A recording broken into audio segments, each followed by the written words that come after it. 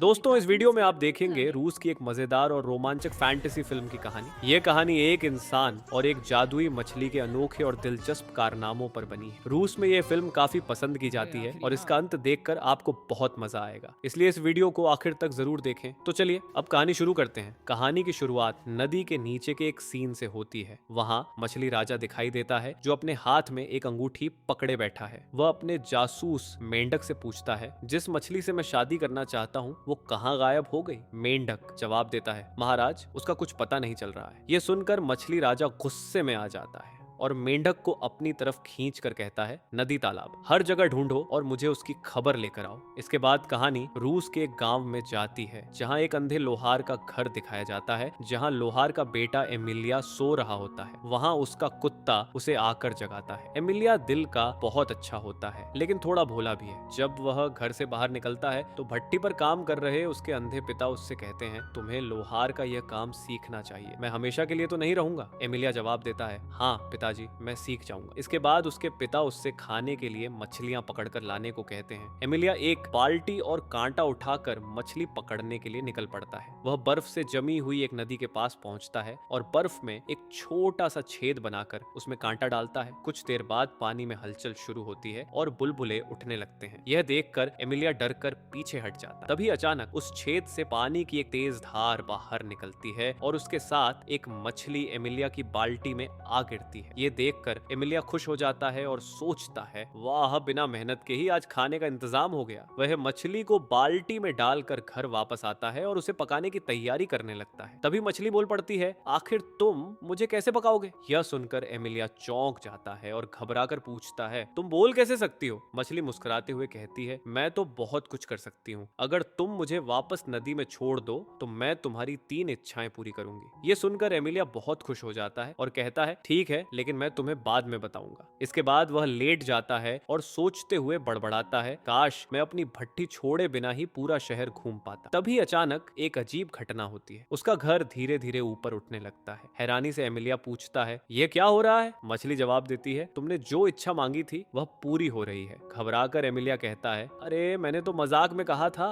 मछली हंसते हुए कहती है, लेकिन तुमने कहा तो था। देखते ही देखते एमिलिया अपनी भट्टी समेत घर से बाहर आ जाता है। उसकी भट्टी अब एक गाड़ी की तरह चलने लगती है। मछली मुस्कुराकर कहती है, तुमने कहा था कि भट्टी छोड़े बिना ही घूमना चाहते हो, इसलिए यह भी तुम्हारे साथ चल रही है। एमिलिया को अपनी आंखों पर यकीन नहीं हो रहा। सर्दी का मौसम होने की वजह से वह ठंड से कांप रहा था। ठिठुरते हुए उसने कहा, काश यहाँ गर्मी और हरियाली होती। और उसके ऐसा कहते ही चारों तरफ बर्फ पिघलने लगी। ठंड की जगह गर्म हवा चलने लगी और चारों ओर हरियाली छा गई। नदियां फिर से बहने लगी। मछली ने कहा, तुम्हारी 2 इच्छाएं पूरी हो चुकी हैं, अब सिर्फ एक इच्छा बची है। एमिलिया बाल्टी में मछली को लेकर आगे बढ़ते हुए बड़बड़ाता है, लोग सही कहते हैं, मैं मूर्ख हूँ। मैंने अपनी 2 इच्छाएं बिना सोचे समझे बेकार कर दी। मैं कुछ बड़ा मांग सकता था। एमिलिया जब आगे बढ़ रहा होता है तो कुछ लुटेरे उसका रास्ता रोक लेते हैं। वे उसे लूटने की कोशिश करते हैं, लेकिन जब उनके हाथ कुछ नहीं लगता तो वे उसकी मछली छीनने की कोशिश करते हैं। मौका देखकर एमिलिया अपनी मछली वाली बाल्टी उठाकर भाग जाता। लुटेरे उसका पीछा करते हैं। भागते भागते जब एमिलिया को बचने का कोई रास्ता नहीं दिखता तो वह मछली को नदी में छोड़ते हुए कहता है, यहाँ तुम सुरक्षित रहोगी। मछली नदी में कूद जाती है, लेकिन लुटेरे इस बात से नाराज होकर एमिलिया को पकड़ लेते हैं और उसे एक पेड़ से उल्टा लटका कर चले जाते हैं। कुछ समय बाद वहाँ एक खूबसूरत लड़की आती है। वह एमिलिया की रस्सी खोलकर उसे नीचे उतारती है। एमिलिया उसके कंधे पर रखे चमकीले मछली वाले स्कार्फ को देखकर समझ जाता है कि यह वही मछली है। वह हैरानी से पूछता है, तुम कौन हो? लड़की मुस्कुराते हुए जवाब देती है, मेरा नाम वसीलिसा है। उसे उसका स्कार्फ छीन लेता है ताकि वह भाग न सके और कहता है, मेरी तीसरी इच्छा अभी बाकी है, मैं इसे सही समय पर इस्तेमाल करूंगा। वसीलिसा कहती है, अब आगे क्या करना है? एमिलिया जवाब देता है, मैं रूस के राजा जार की बेटी से शादी करना चाहता हूँ। वसीलिसा चौंक कर पूछती है, क्या यह तुम्हारी तीसरी इच्छा है? एमिलिया मुस्कुराकर कहता है, नहीं, यह मैं खुद करूंगा, तुम्हें बस मेरा साथ देना होगा। वसीलिसा सहमति में सिर हिलाती है। अगले सीन में राजा जार का भव्य महल दिखाया जाता है। वहां राजकुमारी अनफिसा अपनी नौकरानी से सुनती है कि इंग्लैंड का राजदूत महल में आने वाला है। यह सुनकर अनफिसा बहुत उत्साहित हो जाती है क्योंकि वह हमेशा से एक अंग्रेज व्यक्ति से शादी करना चाहती थी। राजकुमारी तुरंत तैयार होकर बैठ जाती है, लेकिन राजा जार को अंग्रेज बिल्कुल पसंद नहीं थे। वे नहीं चाहते थे कि उनकी बेटी किसी अंग्रेज से शादी करे। कुछ देर बाद इंग्लैंड का राजदूत महल में पहुंचता है। वह राजा को खुश करने और राजकुमारी का हाथ मांगने के इरादे से आया होता है। राजदूत राजकुमारी अनफिसा को एक सुंदर छाता भेंट करता है, जिसे देखकर अनफिसा खुश हो जाती है। लेकिन राजा जार को यह सब बिल्कुल अच्छा नहीं लगता। वे क्रोध से कहते हैं, अंग्रेज हर जगह सिर्फ लूटने के इरादे से आते हैं। राजदूत शांत स्वर में जवाब देता है, महाराज, मैं आपको गलत साबित करने के लिए एक विशेष उपहार लाया हूँ। इसे देखकर आपकी अंग्रेजों के प्रति सोच बदल जाएगी। अब तक एमिलिया और वसीलिसा जार के राज्य में पहुंच चुके थे। वहां अंग्रेज राजदूत एक मशीन लेकर आता है और राजा को बताता है कि यह मशीन अपने आप संगीत बजाती है। राजदूत ने इस मशीन के अंदर एक आदमी छुपा रखा था जो बटन दबाने पर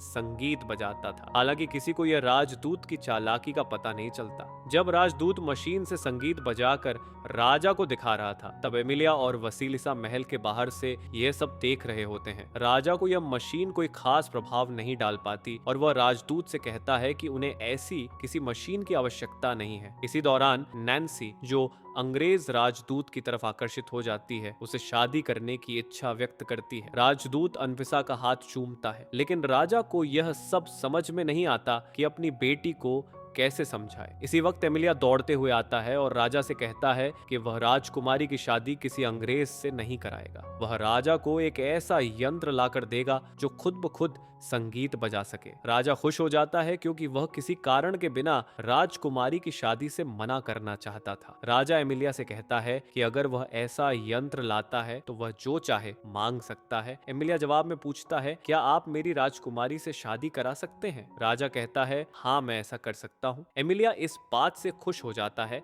और बाहर आकर वसीलिसा को यह बताता है। वसीलिसा उससे कहती है, वह संगीत यंत्र सच में मौजूद है, लेकिन उसे लाना बहुत मुश्किल। एमिलिया पूछता है, ऐसा क्यों? तो वसीलिसा उसे बताती है कि वह यंत्र अंधेरे जंगल में एक बिल्ली के पास है। अब तक जो भी उस यंत्र को लाने गया है, वह कभी भी जिंदा नहीं लौटा। एमिलिया फिर पूछता है कि वहां पर किस तरह का खतरा है। वसीलिसा बताती है कि बिल्ले का संगीत यंत्र बहुत खतरनाक है। अगर वह खुशी का गाना बजाता है तो इंसान नाचने लगता है और रुकता नहीं। फिर वह नाचते नाचते थक कर गिर जाता है और बिल्ला उसे खा लेता है। और अगर बिल्ला गम का गीत बजाता है तो इंसान रोते रोते सो जाता है और फिर बिल्ला उसे भी खा लेता है। यह सुनकर एमिलिया कहता है, तो ये बहुत खतरनाक काम है, लेकिन मैं ये खतरा उठाऊंगा। इसके बाद वह वसीलिसा के साथ उस संगीत यंत्र की खोज में निकल पड़ता है और दोनों अपने साथ खाना पीना लेकर कई कठिन रास्तों से गुजरते हुए अंधेरे जंगल के पास पहुंच जाते हैं। वहां वसीलिसा एमिलिया से कहती है, अब तुम्हें अकेले ही आगे जाना होगा। तो एमिलिया अकेले अंधेरे जंगल में कदम रखता है। चारों ओर लाशें और हड्डियां पड़ी होती हैं। तभी उसे एक बिल्ले की आवाज सुनाई देती है जो कहता है, ये कंकाल उन लोगों के हैं जो इस यंत्र को लेने आए थे। क्या तुम्हें भी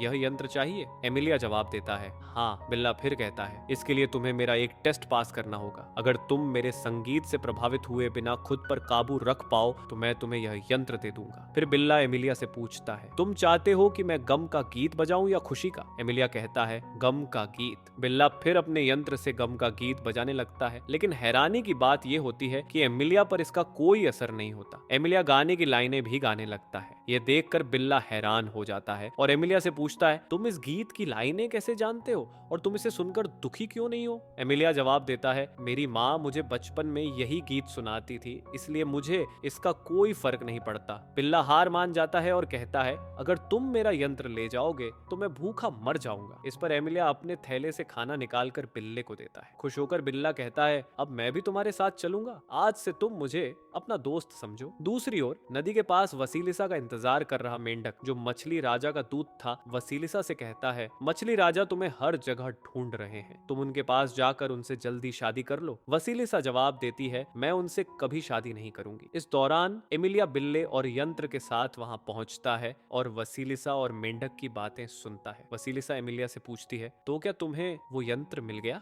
एमिलिया कहता है, हाँ। इसके बाद दोनों वहां से वापस लौटने लगते हैं। रास्ते में एमिलिया वसीलिसा से कहता है, तुम मछली राजा से शादी नहीं करना चाहती, इसलिए तुम वहां से भाग आई हो। वसीलिसा अनफिसा कहती है, हाँ, क्योंकि मैं उससे प्यार नहीं करती। अगले दृश्य में राजा जार का महल दिखाया जाता है, जहां इंग्लैंड का राजदूत वेश बदलकर इटली का राजदूत बनकर आता है ताकि वह राजा से राजकुमारी के हाथ मांग सके। राजकुमारी उसे पहचान लेती है और खुश हो जाती है, पर इससे पहले कि राजदूत राजा से राजकुमारी का हाथ मांगता, एमिलिया वहां वाद्य यंत्र लेकर पहुंचता है और बिल्ले से कहकर खुशी का गीत बजवाने लगता है। ये जादुई संगीत सुनकर दरबार में मौजूद सभी लोग न चाहते हुए भी नाचने लगते हैं। वे खुद को रोक नहीं पाते और नाचते नाचते थककर बेहाल हो जाते हैं। आखिरकार एमिलिया के कहने पर बिल्ला संगीत बजाना बंद कर देता है। राजा एमिलिया से बहुत खुश होता है और कहता है, ये वाद्य यंत्र सच में कमाल का है, इसलिए यह बिल्ला और यंत्र हमारे महल में रहेंगे। इसके बाद एमिलिया राजा से कहता है, शर्त के अनुसार अब आप अपनी बेटी अनफिसा से मेरी शादी करवा देंगे, है ना? राजा हाँ में जवाब देता है, लेकिन साथ ही कहता है, अनफिसा बहुत घमंडी है, वह सिर्फ उस अंग्रेज राजदूत से ही शादी करना चाहती है। एमिलिया से शादी न करने के लिए एक चालाकी अपनाती है और उससे कहती है, अगर तुम सच में मुझसे शादी करना चाहते हो